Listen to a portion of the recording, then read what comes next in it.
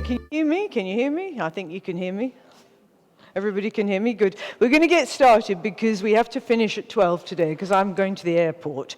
So I will try to tell you as much as I can, help you in any way that I can in the hour that we have before us.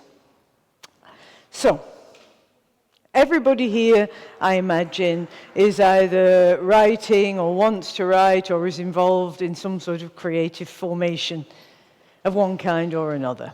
So, what I need you to understand, if you are writing, is that you don't have any of the resources that people have in other media, right? There's no pretty pictures. There's no gorgeous actors. There's no music. There's nothing at all except the words on the page. That's all we got. That's what we work with. In that sense, it's a restricted medium. It's a specific medium. But if you can use it well, it is the one that is most likely, I think, to be able to influence people's ideas, their thoughts, just the way they conceive of the world. But come on, folks, come in. Understand that everything that you do, whatever language you write in, it makes no difference. Everything that you write is an act of translation. Everything. Because you are translating from the space in your head, the language in your head, the reality in your head, your private world, your own domain, the kingdom that belongs to you and only you. You are translating from that space, which is exclusive and individual and particular, into a space that you want to be universal in the sense that you can never know your readers. You know, people say stupid things like, do you think of your readers? You can't think of your readers. Who are your readers? You don't know. And the longer your work stays in print, the older you get, like me, the less you can know. Because the thing just goes out into the world, times change, generations change. You can't think of your reader, or even your ideal reader.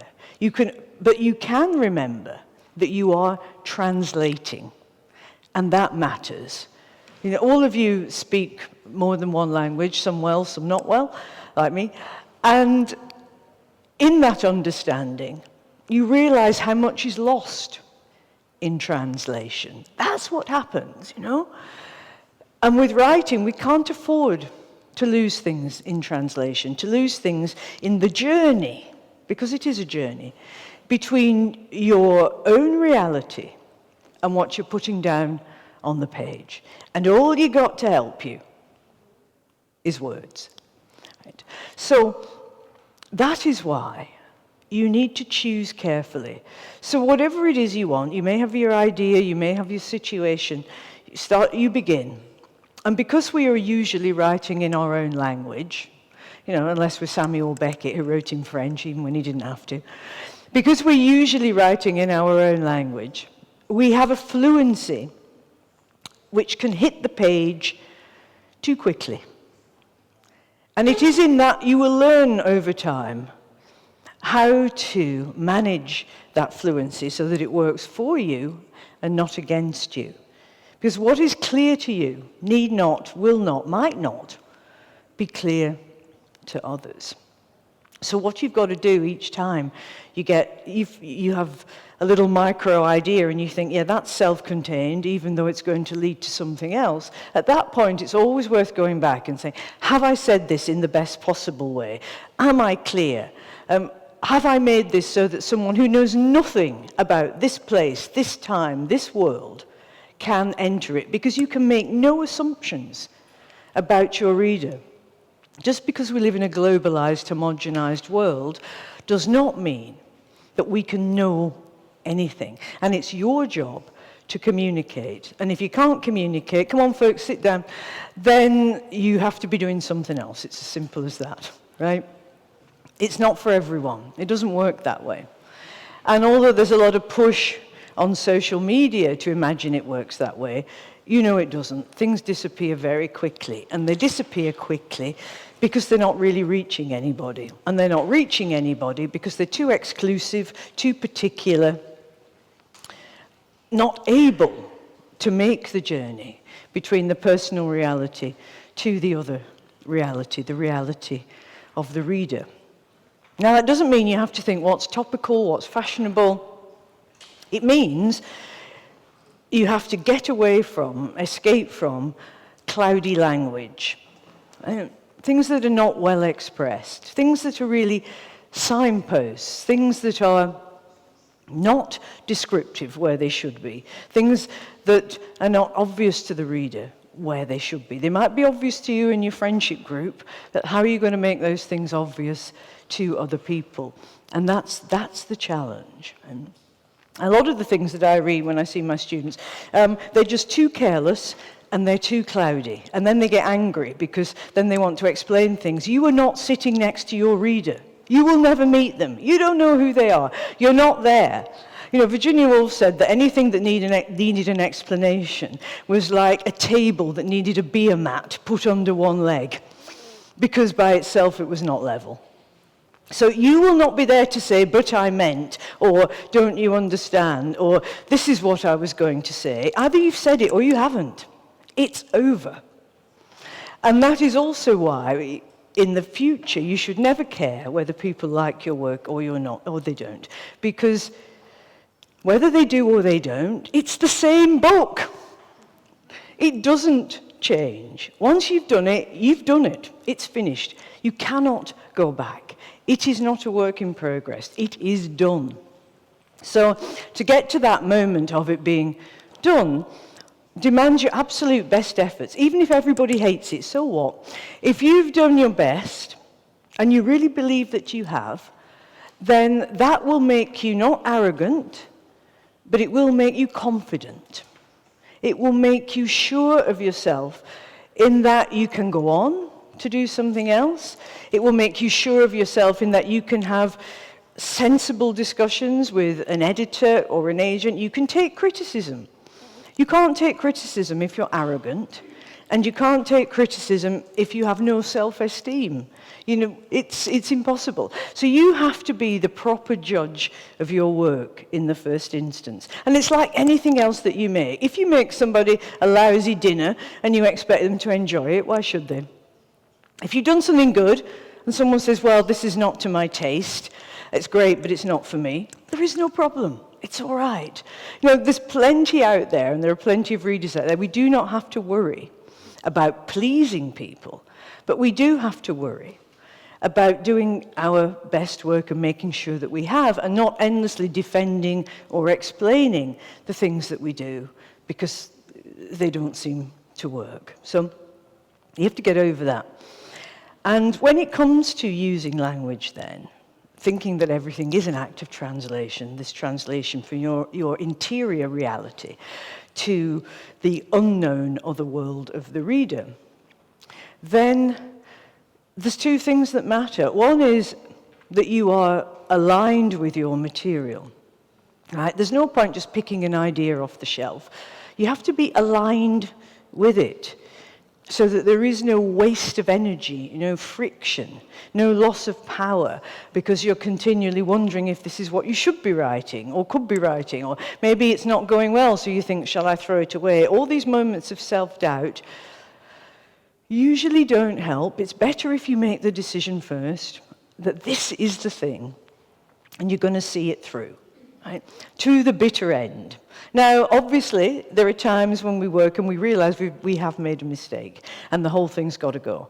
That happens less often than you think. Usually people have not chosen well to begin with, or people lose heart because they find that what's inside them was too small, so they run out too quickly. It doesn't stretch to a longer piece of work. Well, that's all right. Remake it as a short story. Or they find that in trying to express themselves, all sorts of other things have come in the way, which are really about It's mostly a psychoanalytic situation, actually, all the things that will stop you writing the thing that you want to write about. So it is better if at first you can be absolutely sure, or sure as you can be, that this is the thing and that you will work with it even in difficulty and struggle. Now, because life is linear and we see time as an arrow and we go forward through the day, we imagine that things have a beginning, a middle, and an end, which they do because that's how we live. But imaginatively and in our minds, it doesn't really work like that. And so often, if you get stuck with a piece of work, you're just stuck. You think, oh, I just don't know what I'm doing now. I'm stuck. Forget being linear. There is no reason why you should even number the pages until the end. Nobody cares. Nobody's looking at it. It's you on your own. Get over it. Go somewhere else in the thing that you're trying to write. If you're stuck, don't worry about what should come next. You've probably got an idea for something further on, but you don't know where it will fit or what will happen. Free your mind by moving to a place where there is still energy, where you can still approach what it is that you're doing. Or you might have two things going at the same time. It's fine to go to the other thing. It's not fine to sit staring at the space where nothing is happening, because that won't help you. You're likely to panic. And I suspect that you're all you're not at the point yet in your working life where you know the difference between being really stuck and panicking. So, in order to get around this, either move to another idea, another situation that you have some thoughts about that happen further on, if it's a long piece of fiction or non-fiction, or go and do something else completely. Think, I really wanted to write that short story, so do you know what? I'll go and write it. And that will allow you to get your confidence back and to work with language again, so that you start to feel fluent instead of stuttering and stammering over the words on the page. What you must not do is write rubbish. You know, you don't get out of a problem by just slamming your foot on the accelerator and writing rubbish until you get to a bit further on that you think might be quite good. Because this is the problem with language. It is the tool that we use every day. It's basic. It's like a bicycle. It's like a wheelbarrow. It's so utilitarian. We all use it to shout at the kids, to ask for directions, to order food, to discuss our personal lives with our friends at the bar. That's what we do. And at the same time, this language that we all use, we're then asking to take on a higher value, a different quality, because that's what happens when we try to write literature, whether it's fiction, non-fiction, autofiction, memoir, it doesn't matter. You're asking language to still do all its utility work that it does in its everyday life and take on something else, which is often about metaphor, about image, about a particular way of saying something, which will hold it for the reader and give them a way of thinking about things differently, okay? So you're not doing a verbatim. You're not doing what you do in your normal life. You're moving language away from that level of utility without making it into an ornament or something ridiculous or fancy. You know, academics are the worst at this because they love jargon, because all academics have to write this utterly ridiculous language, which is as far removed from anything that anybody ever would know about in the real world. And if you're guilty of that, stop now. We're not here to exclude anyone. We're here to include everybody. Now, obviously, if you're a medical student, there's quite a few terms that you're going to have to use, which are not in the layperson's language. That's all right. There are specialist terms, and they're right. They're precise. They're beautiful. We use them when we need to. Of course we do. But what we do not do is, it's like sort of writing a dead language, when actually we all speak a living language. You know, language changes. The street argot, it comes up from the bottom. It doesn't come down from the top. Language is changing all the time. So we bring that in, not because we want to be on trend or we want to be of the moment, but we bring it in because we recognize that it's a living language. And we do not want to be obscure Why would we? We don't want to use words which just weigh the sentence down. You know, it's like taking a piece of silk and just soaking it so that the whole thing is weighed down. And the reader wants to move away from that because it's clammy and it clings to you and it's horrible. Don't do that. Make sure that your language is fit for purpose and that it's conveying as well as it can what it is that you want to say. Because the moment you're using jargon, the moment you're using words that you absolutely would not use ever in normal discourse, you're in trouble. Why? Because you have to ask yourself, why am I doing this? And why have I become this pompous idiot in front of my screen? I'm not a pompous idiot. I want people to understand. And it matters. It matters. So what you're trying to do is find a language which is supple, but strong. You're going to try to find words that can bear their own weight. So each word, each individual word is the right one. And each word in the sentence, making a sentence that is going to be able to flow into the next sentence, the paragraph, which will hold itself. And you can look at it and be satisfied. And you can say, right now, I am sure I have said this in the best way that I can say it at this time. I know why I've used each word. I know why I've done it this way. Maybe I'll change my mind later, maybe I'll need to discuss it with someone, but I know what I'm doing. Because you cannot be unconscious or automatic when you are working. Right? Most of the problems in our life come from the cliches, and the cliches in our life come from not being conscious, of going on automatic pilot, of just doing what we think is the normal thing, the assumed thing, and of not really being aware, not being there. What did you notice on your way here this morning? Did you see anything? Were you looking at your phone? Did you have your headphones on? What do you really see? What do you really observe? Or are you in a bubble?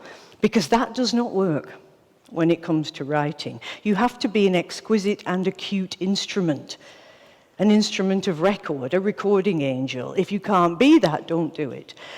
And so this level of consciousness, what the Buddhists would call be here now, is very difficult. And it is exactly what literature allows, and it's why we love it. It's why when we go there, we feel refreshed. You know, you may be somebody writing about a place you know so well, but it's as though you've seen it for the first time. It's when someone writes about, the most obvious of emotions, when people fall in love. That happens endlessly. I see there's a badge going around here, which is a quote of mine saying, "I love you" is always a quotation. Well, it is. You didn't say it first, I didn't say it first. So we get back into what should be the land of the cliche. And when the writing is good, it lifts it out of that, as though we can see it for the first time. Think of a painting of a Cézanne apple. Nobody's seen an apple like that since Eve ate one in the Garden of Eden. You're able to look at it, to see it, to be there. It's why music opens the ears into a place which is not either deafened or blanked to the world. And the modern world is so intrusive that we do try to blank it out with the headphones, with the screen. So we're not aware, we're not there, we're not living here at all. We're just living in this space in our heads, and then we wonder why our writing lacks the fluidity and the beauty of real description. We wonder why we can't say things that mean anything to other people. And it's because we're not really working with what is there, either on the outside or on the inside. No, it's a problem also that the more you think you know something, the less likely you are able to describe it or talk about it well, because it disappears into the level of familiarity. That's what I mean about what did you notice on your way here today. It's too familiar. And that's what writing cannot do. Because if I'm in Kuala Lumpur or I'm in Greenland, I don't know anything about this place. Signage won't do it. You have to take me where I'm going. I have to be. If you're writing a sci-fi world, if we're on another planet with other people, or a historical in other times, you will know that there's a lot of work to do to create that world. The problem with people who write in a contemporary fashion is they think there's no work to do, that it's somehow known, but it is not known. And even if it is known now to some of us, it will not be known soon, because the world is moving so quickly. So you have to create this place, whatever it is, so that any reader can find it. You have to create the emotional states, whatever they are, so that any reader can know them and enter them and feel met there. You have to create characters who are more than believable. They have to be interesting.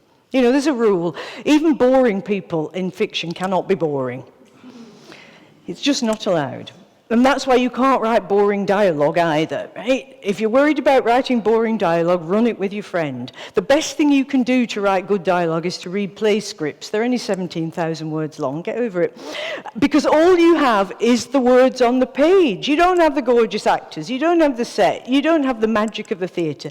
All you've got is names and people speaking. But immediately, if it's a good playwright, you will pick that voice up straight away. Oh, he speaks like this, she speaks like that. I see what this dialogue's doing. Run it with your friend. Learn to hear that difference that is possible when you get your dialogue right, which is not the same as having an everyday language, nor is it the same as having an invented language where everybody sounds a bit ridiculous. It's finding a way where your characters can talk to one another so that we, the reader, are really interested in what they are saying. Right? You've got to think of all art. It's either it's voyeurism in some way, or it's spying, or it's listening in. You know, when you read dialogue on a page, you're listening in to somebody's conversation over there, like you do, or you should do, if you're in a restaurant. It's always great to have your ears going in 6 directions. But that's what we're doing. And when somebody's talking and it's boring, we tune out, don't we? If somebody suddenly says, oh, I slept with Frank last night, we think, who's Frank? You have to get your reader as interested as that sense of eavesdropping on a really vital conversation between two people we don't know, because we don't know them. You, the writer, are going to bring people forward, if it's your fiction, so that we get to know them. We get to know them through their actions, their situation, and, of course, the way they speak to each other. And everyone speaks slightly differently, especially across generations. And again, I see in my students, they absolutely have no sense at all that not everybody talks like them, and certainly if you're older, you don't, and actually if you're younger, you don't. So it's all flat, completely flat. And then they wonder why it's boring. And I just say, well, everybody sounds the same. That's why I run it. So we run it, and they all go, ah! So you cannot do that. Right? So each of your characters has to have their own distinctive way of speaking, even if it's a friendship group, and they're all the same age. You know, not everyone will come from quite the same background. They don't have quite the same parents, the same upbringing, the same interests. You know, if you're sitting around with your friends, you don't all sound identical.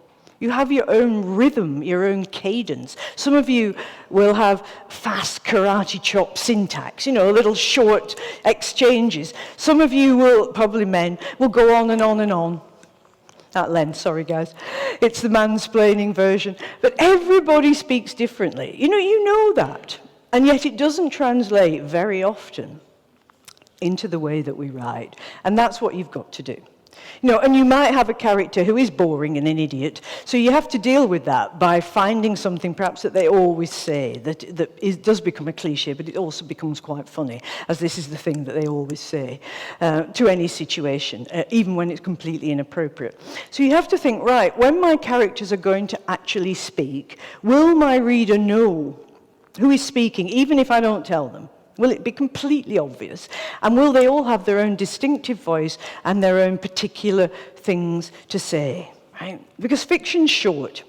Short stories are very short. Even fiction itself, what are we doing? 200, 300 pages. These are miniature worlds, and there isn't time to do all the things that we do in normal life, because art is not normal life. That is the whole point. It's a condensation. Right? It's a distillation. You're trying to get to the essence of things. You haven't got time, and nobody anyway wants to be there for all of the stuff that normally sits around a day. I mean, when you finish your day and your day's gone and it's the evening, what of that day do you really remember or really recall? What stays with you? So if something bad happens, that will stay with you, because that's the way humans are made. But actually, it's all gone, hasn't it? It's all gone. And when you're writing, you have to decide what is gone, what is not important, and what is. And what we're dealing with is what is important. Right? You're not trying to recreate real life. Nobody needs that. They can get that outside anytime they like. Nobody's asking you for that. What you're trying to create is a unique situation where we, the reader, will feel involved with whatever is going on and whoever is in that story. And it is no different if you're writing memoir or autofiction, because nobody gives a shit about whether you're alive or dead. Your reader doesn't care whether you exist. They do not care, right? You're not real. You don't exist for the reader. Nobody wants to know that. They want to know, oh, this is a good story, or, oh, God, I can't believe that that's what happened, or these people, you know, I would kill them if I met them. Your reader is involved in it in exactly the same way that they would be if they were reading a work of fiction. It does not matter whether it happened or it didn't. There is no special validity to someone saying, but it's true. Is it? What's true? You still have to create it as though it is a new thing that someone will meet, as they do, for the first time, and find something in it that they want. And you can never, ever, if you do any creative writing workshops, you can never defend yourself by saying, but I know what happened, this is what happened. So, if it's not interesting, don't happen it. Get rid of it. Or make it more interesting. That's your job. Your job is not to be boring. Your job is to be interesting. And your job is to genuinely create situations where the reader will want to be. And if you can do that, it doesn't matter if you have 5 readers or 50 million readers. You will be succeeding in your own terms, okay? And in your own way. That's important. So, I wanted to make a small aside here about the peculiar rules of the short story, which have an incident in them, usually have characters in them, so they have what longer form fiction has, but obviously it's short. Now, I don't know why, I say this every year to my students, and I might as well be talking to the wall, but the thing about a short story is that it is short. Short. So nobody wants to see your 8,000-word short story, right? Because it isn't. And you'll never get it published, except on some crappy fan fiction site. Okay, short stories have to be short. That is the nature of them. If you're no good at it, don't do it. Because you might not be. You might prefer the longer stretch of fiction. It might really suit you. One's not better than the other. And short stories aren't better than long fiction. Long fiction's not better than short stories. You might be able to do both, you might not. You have to work that out, because it's part of how your mind works. It's part of what kind of a writer you are. These conversations with the self are really worth having, because it'll save you a lot of time when it comes to the work you want to do. Because a short story is short, it can only work with one simple, single idea. That's it. There isn't room for anything else. Nor can you have many characters running around in there, because they'll be two-dimensional. We won't know them. You can't develop them. There's no room for backstories. There's no real room for conjecture and ruminations. Now, you've got one character, maybe two, and you've got a situation, an incident. It's closer to a poem in that the poem will take a moment, whatever it is, a scene, a sight, a feeling, just as the poem takes that moment and then opens it into a lifetime through the language. In the short story, you're taking, it's like taking a really good photo. We don't know what's outside of the frame.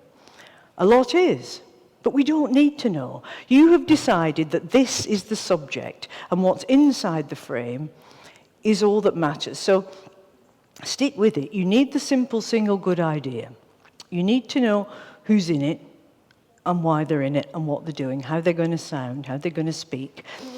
And if any of you work with screen, you'll know that the screenwriting maxim of each scene is get in late and get out early.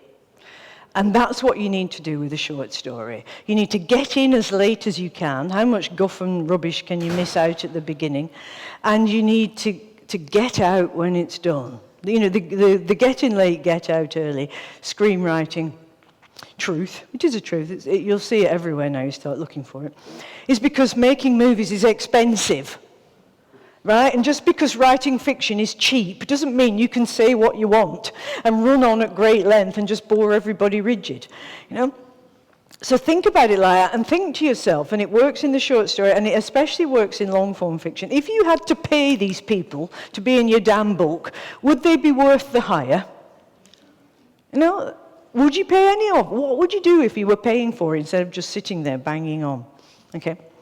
So think about it like that and use those useful skills from other kinds of creativity to think about your own, right? And with the short story, how can you come straight in such a way as to bring the reader with you and not need to know whatever else has been happening in this person's life before or what will happen in this person's life after? It's a stranger on a train, you know, it's someone you meet. You have a conversation with them, it's short, it's interesting, they're gone. You never see them again. And you don't need to know more than you need to know. It was held in that moment. Mostly we overwrite when we are not confident in our capacity to convey what it is that we want to do. So we think that by saying it again and again or in different ways or just being very long-winded about it, that somehow we will convey it. But you don't need to do that, because if your reader is already skipping bits because they're a bit bored, then that's a fail. You need your reader to be with every line because they need to be with every line. Because if they were to miss something out, they would really miss something. Unless you want to write airport fiction, and I have no argument with that because everybody skips. You only read about three lines per page.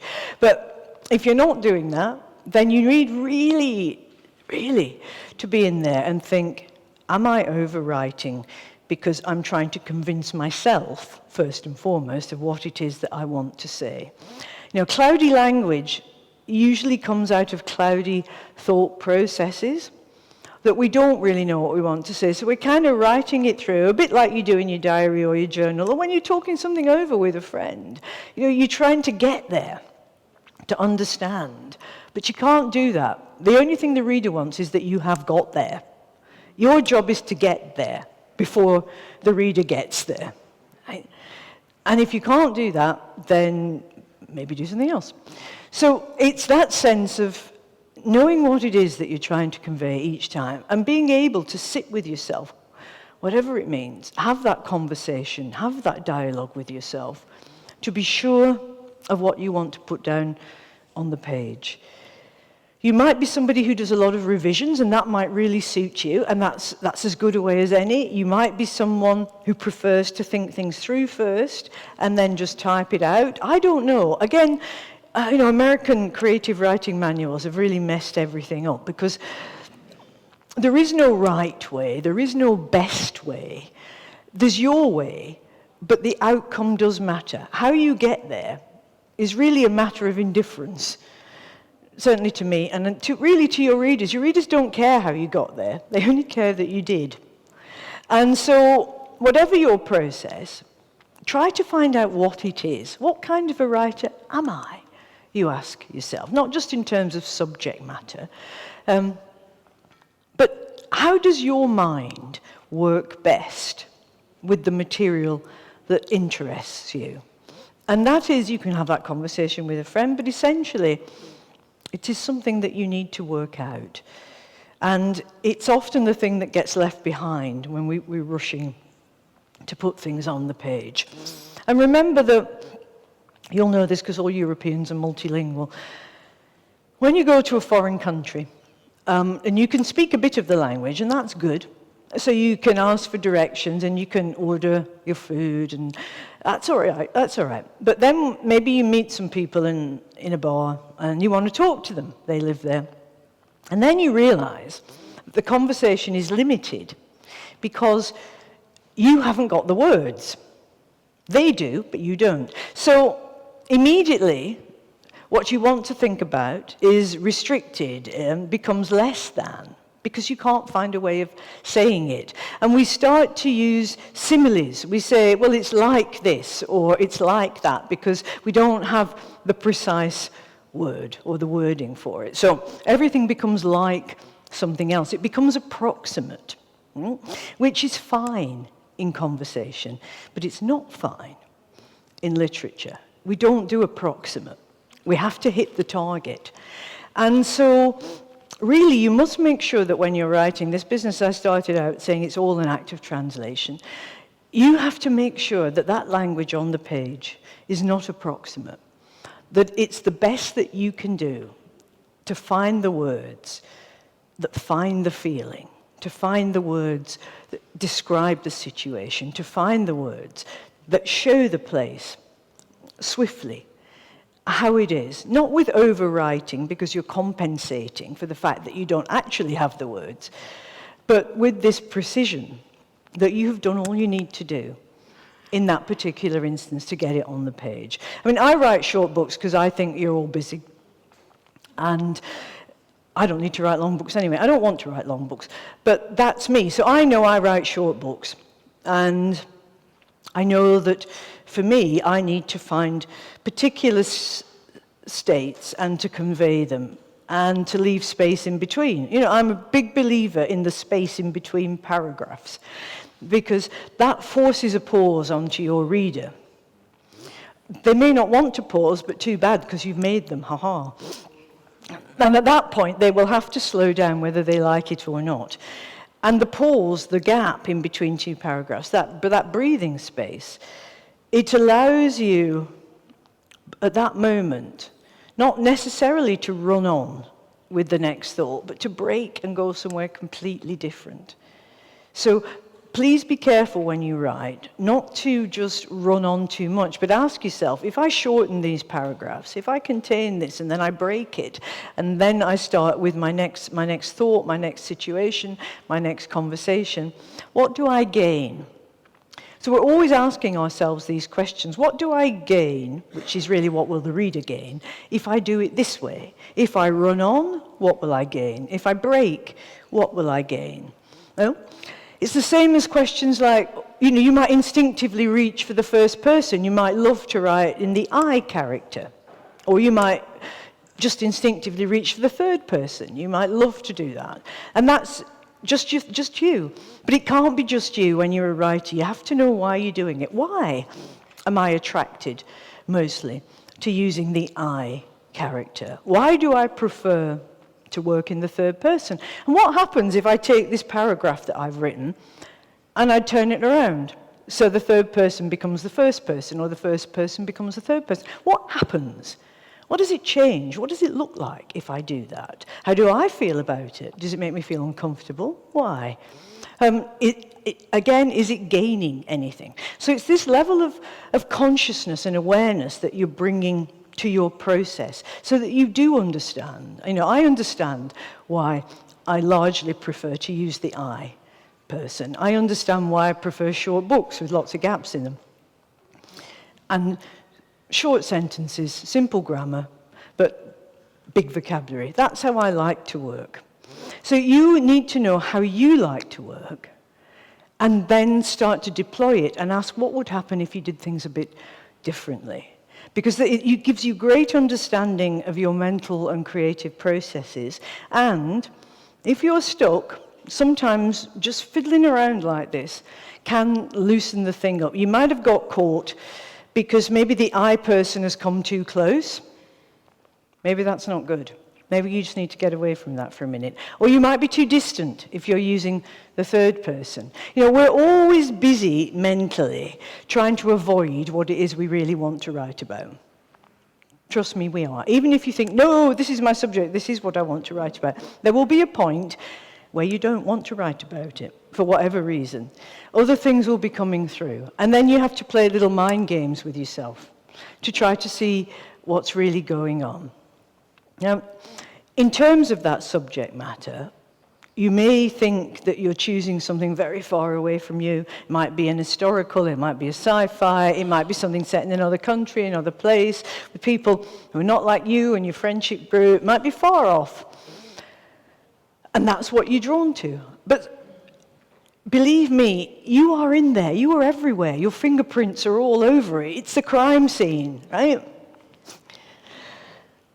Why this? Why not the other? Given that when you begin, you are the absolute god of your own universe. You can do whatever you want. You can create this world exactly as you want. And it's all yours. At that point, you are truly free. It is the freest thing that you will ever do in your life. Nobody else is inside your head. There's no CCTV. There's no surveillance. There's nobody looking over your shoulder. And if there is, tell them to go away. This is the place where you can do whatever you want. So the choices you make are always interesting.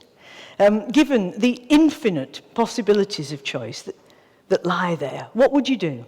And why are you doing this and not that? And these conversations, when you're having a walk, with the dog, or you're in your study, or you're just on the bus, it doesn't matter. These are conversations. This dialogue with the self will enrich you in your understanding of your process, enrich you in your understanding of who you are and what you were drawn to. This isn't arbitrary. It's not chance. You're making decisions all of the time, which come out of your lived experience, your interests, even your mood that particular morning. And even when you're halfway through, say, a long piece of fiction, you don't know where it's going, even if you're somebody who likes to plot it all out. And I have no arguments, again, with how you work. Some people love to have it chapter by chapter. Some people do not. It doesn't matter. Not better, not worse.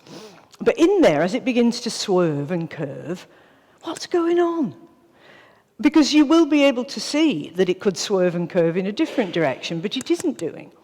So what is this telling you about you as a writer and about your processes and what interests you? And if something is swerving off and you don't like it, just run with it for a bit, just in case it's got something to tell you.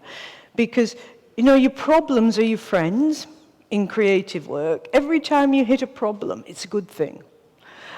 Because your problem's trying to tell you something, either about the process, or maybe you've gone off track, or you've mislaid something lost that you need to find. Don't be afraid of your problems. It's how you learn and it's how you grow. Your problems are much more useful to you than any manuals or how-to or workshops, because it's what you face in the privacy of your own creation. And that's not what your friend is facing. It's what you are facing. And that's really all you've got to work with. Look, it's a crazy thing, isn't it, that we do? Somehow, this active translation, that I have something I would like to say to you, and I try to say it to you, and then you find it. And then from there, perhaps you make something else out of it, because we're always making things out of what already exists. We take what is. Even when we know it or not, we're reworking them, rethinking them, trying to find a way to tell those old stories, because they always are, in new and different ways for each generation, trying to manage the complexity of our own time whilst using what we have from the past. Okay? So you're doing two things at once, always. You're here, you're in the here and now, and you're also bringing in everything that you know from everywhere else. And the richer you are, that's why I talk about enrichment, the richer you are inside, the richer your work will be. Because if it's not in you, it can't come out of you. If it's not there, where's it going to come from? You'll have to grab it off the shelf. You'll have to use other people's ideas, other people's language. And that will not take you or the reader to the place where you want to be. And so you can never read too much. No, you can never engage with too much. Whatever is going, I don't mean just the social media shit, I mean real stuff. The more that is in you, the more you've seen, the more you've listened to, the more you've read, the more you've thought, the more you're prepared to experience. And that's experience on the inside. I don't mean you have to go off and have adventures at sea. It doesn't matter. Jane Austen never left her drawing room. It made no difference. Emily Dickinson, the spinster of Amherst in Massachusetts, just in that corner room writing those terrifying poems. Doesn't matter. But there has to be that inside richness and pressure that will inform your work. And remember that you are always, no matter how close this is to your heart, it doesn't matter, even if you say this is the story of my life, you must be what I discovered I needed to be when I was 16. You must be able to read yourself as a fiction as well as a fact. You must find that distance between your own story and the story of any character that you would like to invent. And that will give you great freedom, but it will also give you authenticity, because it will get you away from any defensive position, any wish to explain or justify, which we don't do in fiction. You know, we have characters whose motives we want to make clear, even people who we don't like. It doesn't make any difference. We get to understand them. And you are that person. If you're writing close to life, if you're doing life writing, you are still a fiction, right, as far as anyone is concerned. And that is the place most people stumble, because they are too near themselves to get the necessary distance that will allow that self to travel. You know, Oranges isn't in print 40 years later, this month, because it's about me. Who cares? What am I? Temporary imprint in a temporary place. Nothing. It's there because it speaks to certain situations that people find themselves in. Young people who don't feel understood, who have difficult families, who are put in situations where they have to manage by themselves if they're going to manage at all. It doesn't matter that it's in a northern working class town a long time ago. It matters that there is still emotional resonance in there. I never was that person. She was always an avatar of myself. And that's what you will be too. You know, you are your own avatar. You are not the you that gets up in the morning and eats breakfast and manages your kids and all the rest of it. There are multiple other yous that you access in order to do the creative work. We can see this very clearly in self-portraits that good painters do, not just in Rembrandt, who apart from Picasso did more than anyone else, but in the idea of the self, not as a faithful facsimile, not as a reproduction, not as a photograph, but as a complex, teeming, multiple, changing and changeable state, which creativity manages so well. Because in the moment of apparently pinning something down, there's the painting, here's the piece of work. In the moment of that completion, when that's the thing and it feels limited and done and final, it is actually opening up into so many other possibilities. It's not a limited state at all. This is the limited state. The imagination is not a state of limitation, right? The mind is an unbounded condition. And that's where you can find your best work. Not by falsifying, lying, it's not fake it to make it, it's not any of those things that are so popular on TikTok and for influencers, it's not that. What you are doing is finding all of those places in you that can come forward into the work, right, which will allow it then to reach those people who are not you, did not live your life, did not live where you live, are not the same gender as you. It doesn't matter. It doesn't matter at all. What matters is, where is the emotional truth in this thing that I'm writing? And can I pass it on? Because we're not just dealing with intellectual ideas, we're dealing with emotional truths, which we have to do because humans have a limbic system, as well as a neural highway. We are emotional creatures. And when we say we are moved by something, which we always do, don't we? So I was moved by that. What do we mean? If you were moved by something, you were not in the same place. You're somewhere else. That's what it means when we say, I am moved. So, can you write something that moves people, that does not leave them exactly where they were when they came in, that is an encounter? An encounter might be big, might be small, doesn't matter, because also things change over time.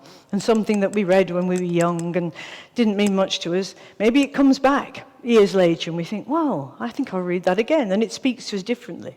It's why when we do read a text a second time, something you might have read at school or in your 20s, you read it again much later and you think, it's the same book, but it's not the same book to me. I see it completely differently now.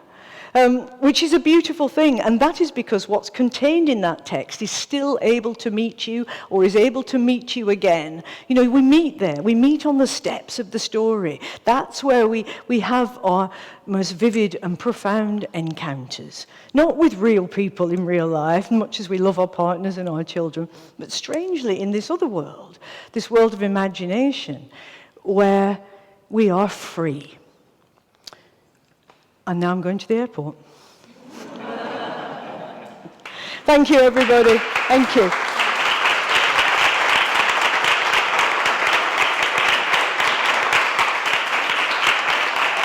Oh, before you go, one more thing before I rip this headset off. It really does help to read your work out loud continually, because this business of we all speak differently, we have breath, you know? That's why the cadences that we use are different. And if you read your work out loud, you can cheat the eye much quicker than you can cheat the ear, because the eye will run on. The ear is slower, and it picks things up that are wrong. And that's often where you'll think, oh, that's awful. And then you can fix it. Whereas the eye is always looking for information. It's looking for content. The ear is looking for something else. It's looking for harmony. It's looking for musicality. You know, it's looking for poetry. It manages more than the eye does, especially in our world where content is everywhere and it's all trivial. So when you read your work out loud, slowly, don't gabble, then listen to it and listen to what you can hear. And that will help you with your revision. It also helps you with public speaking. You know, I don't speak from notes because I know what I want to say, and I've been doing it a long time. But also because I come from an oral tradition, primarily, not a literary tradition. My father could only read with his finger on the line. My mother read to us every morning from the Bible out loud, standing up. I come from a working class tradition where people didn't read books, but they could speak well. And they had great memories because that's how it had to be. It was much harder to write things down than it was to remember. It's all changed. So what we do is we try to get back in touch with the fact that language begins in the mouth before it lands on the page. All children learn to speak their mother tongue before they can read. Right? That is what allows the richness, and it's why poetry is so effective. Because the poet can stand up, anyone can stand up, read the poem, right? And we hear the language as vivid and strong and powerful. And that's the effect that you're after, not something that's going to fly by the eye, but something that will enter the ear and therefore into the physiology of the self and allow change to take place. Thank you.